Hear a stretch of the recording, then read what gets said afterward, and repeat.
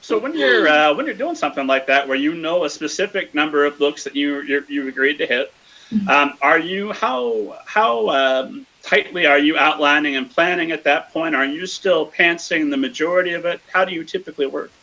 I am such a shameful pantser. I tend not to outline. And I still, like I said, I don't know how I got through the books of Elsewhere without a very detailed outline, but I did. I tend you had no outline at all, or just not a very detailed one? Almost none. Oh my Lord. Yeah, when I start now, other writers look at me with horror on their faces. Horror, but also like horror for myself, because I can't do that, but you absolutely pulled it off. It's just the way my brain works, I guess. I wish it was more organized, because I'm quite organized in other elements of my life. But I've realized that if I do write a detailed outline and then I try to follow it as I'm drafting, I write like a kid describing the plot of a movie. Like and then this happens, and then that happens, and then this guy comes in and says this. And it just, like, all of the spark goes out of it for me. I think in part because I have to be discovering, along with my character, what happens next in order to keep up my own interest and to really keep my vision clear. So yeah, a lot of the time I don't know exactly what's going to happen in the next scene until I get there. I have a couple of books that I've done where I did have a very clear plan for what was going to happen, and I even had a pretty skeletal outline. Like the YA I'm working on right now has an outline, but it's very flexible, and it's just kind of a line or two per chapter. Here's what happens. But within that, all kinds of things flex and move and change completely. So yeah, that's why I'm a pantser instead of a plotter. I just need that flexibility and the spontaneity for it to work for me. That makes sense. I'm always somewhere in between. I find that if I have no plan, then I'm going to end up writing myself into a corner. But if I have too detailed an outline, I don't want to write the book anymore, because I already know everything that happens. Exactly. So what do your outlines look like? They're not super detailed, or? They're usually just a sheet. I call it a grocery list. And it's I start with a sheet of like maybe 5 major story events that I know that are gonna happen, and I usually have some inkling of the ending, although I invite the characters to talk me out of it. There have been characters that were scheduled to die, and they managed to convince me that no, they deserve to live.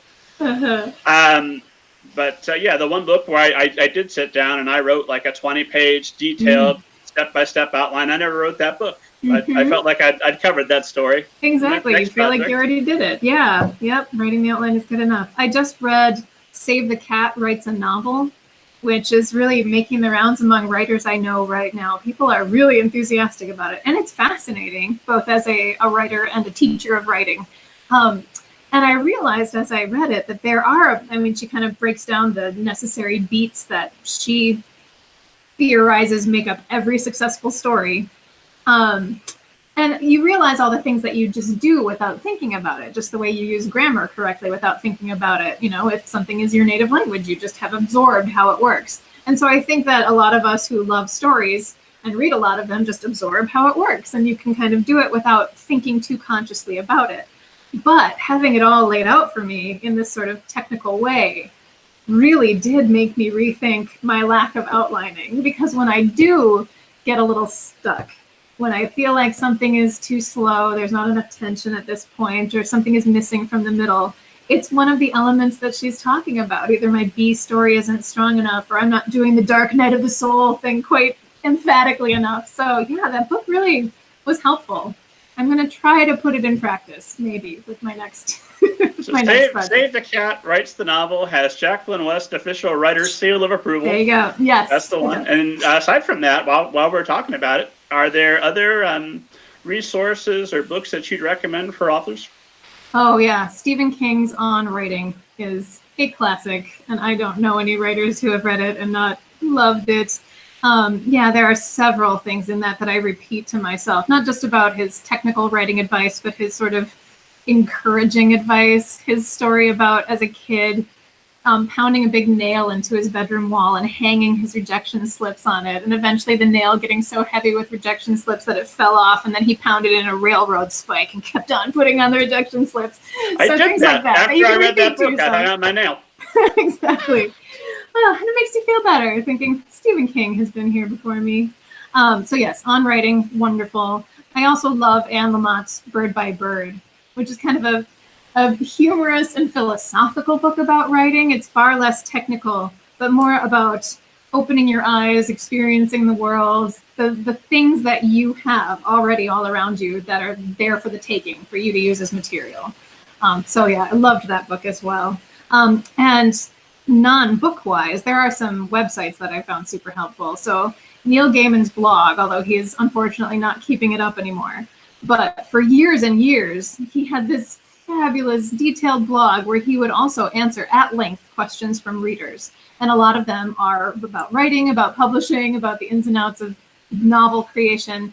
And his answers are so helpful. They're so encouraging. So he's like my imaginary mentor, little Neil Gaiman on my shoulder. So yeah, going back and reading his blog. I know. Yes.